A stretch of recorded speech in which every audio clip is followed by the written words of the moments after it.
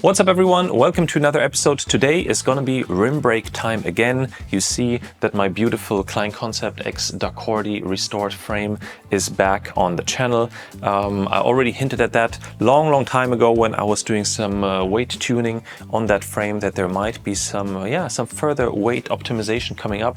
And you already see there's no bottom bracket in here, there are no cranks. So yeah, you might already know or sense what these upgrades are gonna be about. So today I'm going to be installing this beautiful brand new Kogel dub Italian threaded bottom bracket, and with this Cybre ultralight carbon crankset. So yeah, we're going to be installing those and then see how much weight we've been able to save. And then also there's going to be a little bit of a topic and a question towards you around the brakes that I have on here, because I'm a little bit undecided what to do, so I want your feedback on that. But yeah, more on that later towards the end of this video. So now I would say let's get this bottom bracket installed. Let's go.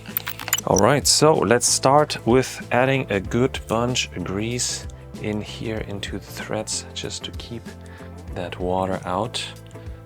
It's always important when installing bottom brackets. Now let me do the same thing on the other side as well.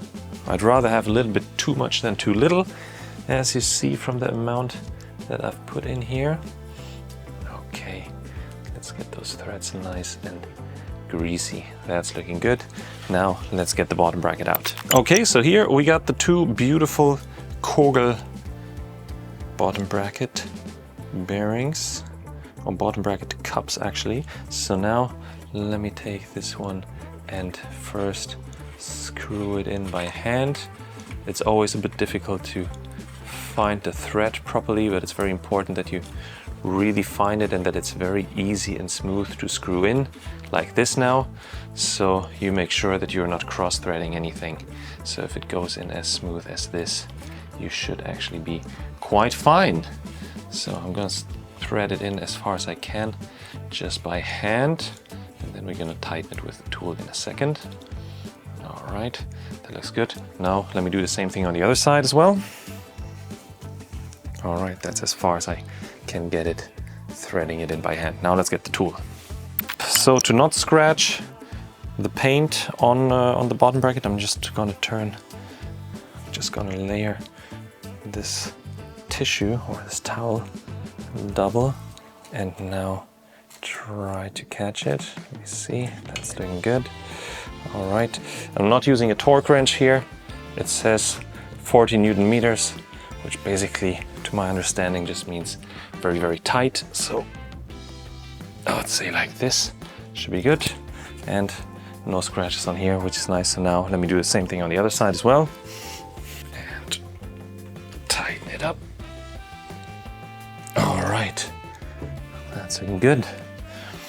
Now that the bottom bracket is mounted for the cranks, these mount in a SRAM style. So you basically push through the through axle and then you attach the drive side crank arm together with the chain rings to this. You basically bolt them together using this massive, I don't know what that is, a 10 maybe, through here, but you'll see it in a second. We're gonna do it together. Yeah, let's install this. These are ridiculously light. I think I'll weight them already for my other titanium build, because this is actually where this crankset is coming from. And yeah, I would say less talking, more doing. Let's get this mounted. All right, so let me push this through here on the non-drive side first. There we go. That went through quite easily. Just checking if there's enough space here everywhere. Yeah, but that looks and spins good. So as we have a 91.8 width of the bearing cups, we go without a spacer here. We go with a crank directly on here.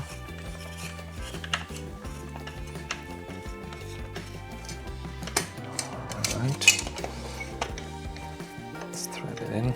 Let's also get the chain out of the way here. Okay, let me put the chain on real quick so that we can tighten it.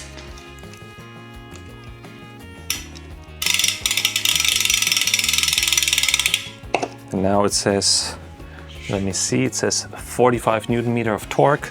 So I don't use a torque wrench here. I do it the same as with the bottom brackets, so everything above 40 Newton meters just means very, very tight to me. So that's what I'm gonna do now. Just tighten it really tight. Okay, let's see if it spins nicely.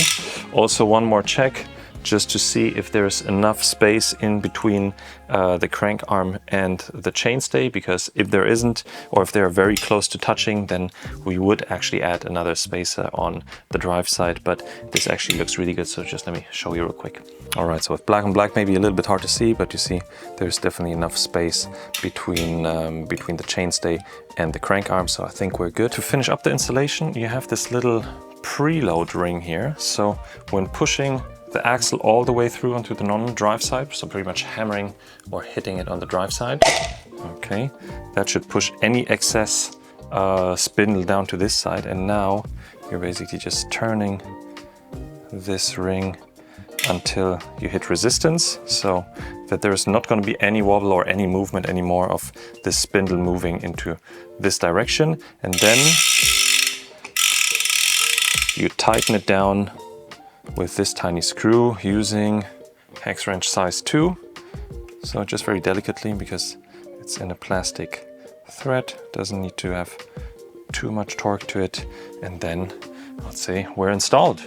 So yeah, that was fairly simple. So I'm very curious to see where this lands us weight-wise now. But before we put this on the scale, let me just quickly touch on the topic of the brakes, which I would like to have your opinion on. So as much as I love these EE brakes over here, they're super crazy lightweight.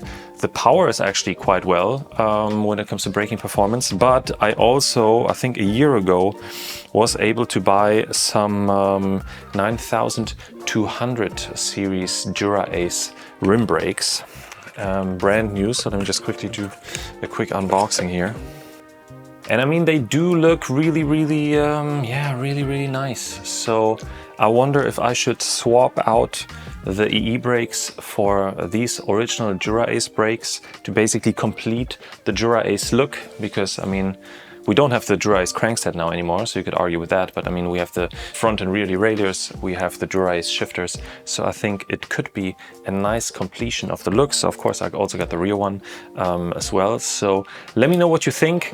Rather optimize this bike for the look and maybe a little bit more braking power on the original Dura Ace ones, or actually keep it the way as it is with the nice super lightweight orange EE brakes, which also kind of nicely integrate with the orange Chris King headset. So yeah, let me know in the comments below what your opinion is, if I should leave it like this or if there should be another upgrade happening. But yeah, again, enough talking, let's put this bike on the scale.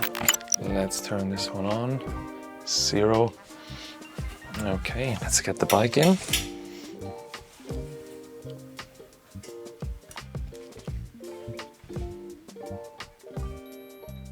Exactly 6.5. Yes, I would say I'm very, very happy with that. 6.5, I would say, for an old school steel frame. I'd say beautiful, beautiful. UCI illegal. Check. So let me pause this video here real quick just to give you a quick summary of how I landed at this weight and yeah, what components are actually on that bike, in case you haven't seen the 2 other videos me talking about this bike. So here we have a Daccordi Profidea frame. It's a steel frame from around the year 2000. On here I have a Shimano Dura Ace 9100 series shifters, front and rear derailleurs. I swapped out the brakes for the Crane Creek EE brakes, which are super light. All the cabling there is done with the Jaguar Elite Link, which is also supposed to be quite light. And then, yeah, of course, we have the Cybrake crankset, which we've been installing here. I got a Chris King headset on here, a Columbus minimal 1-inch carbon fork. Then I have an extra light stem, which is 110 millimeters, if I remember correctly. To that I have the Darimo handlebar attached with some mossed super light bar tape. Then we also have the Darimo seat post. To that I have a cheap AliExpress Coats Velo, I think is the brand. Sorry if I'm pronouncing that badly, but yeah, a cheap very light carbon saddle. I also have an amplitude upfront mount for my bike computer, and then when it comes to the wheels, I'm using some titanium quick release skewers, and yeah, some of my favorite wheels, which are the Elite Wheels drive wheels in the 50mm depth. And it's nice that this is still a company which makes rim brake wheels, and these are also ridiculously light. And yeah, in case you're interested, there is yeah, a little affiliate discount code down in the description below if you want to have a look at those wheels. So yeah, this is a quick summary. Let's continue with the video. So, as you might be able to judge by yourself, I'm very happy with that result. So we see that these carbon cranksets save quite a bit of weight, even when compared to the previously installed Dura-Ace crank arms, or crankset in total. So yeah, 6.5, this is yeah, UCI legal. Absolutely not important for me because I'm not racing, but it's more of a, yeah, more of an experiment thing. I know that there have been some comments in regards why I'm adding so much super lightweight fragile carbon onto a steel bike. To be honest, the answer is I don't know why, but it's more been a personal experiment just to see and to prove that with a couple of modern components you can make an old school beautiful steel frame very light. And yeah, there's no excuse to not ride steel these days. So with that, I'd say if you have any other comments or ideas how I can save a little bit more weight even on this bike, because I'm running out of ideas, without of course chopping off handlebars or reducing or removing the bar tape completely. But yeah, if you have any other ideas, feel free to drop them down in the comments. If you have any questions or comments towards this build, of course feel free to drop them down there as well. And then please let me know what your opinion is in regards to the EE brakes in the orange, matching the orange headset, versus going full on Dura-Ace look on this bike. And yeah, I mean, if you enjoyed this little video, don't forget to hit that like button. That helps me out a lot. And yeah, I would say, as always, thanks a lot for watching, and I'll see you in the next one. Bye.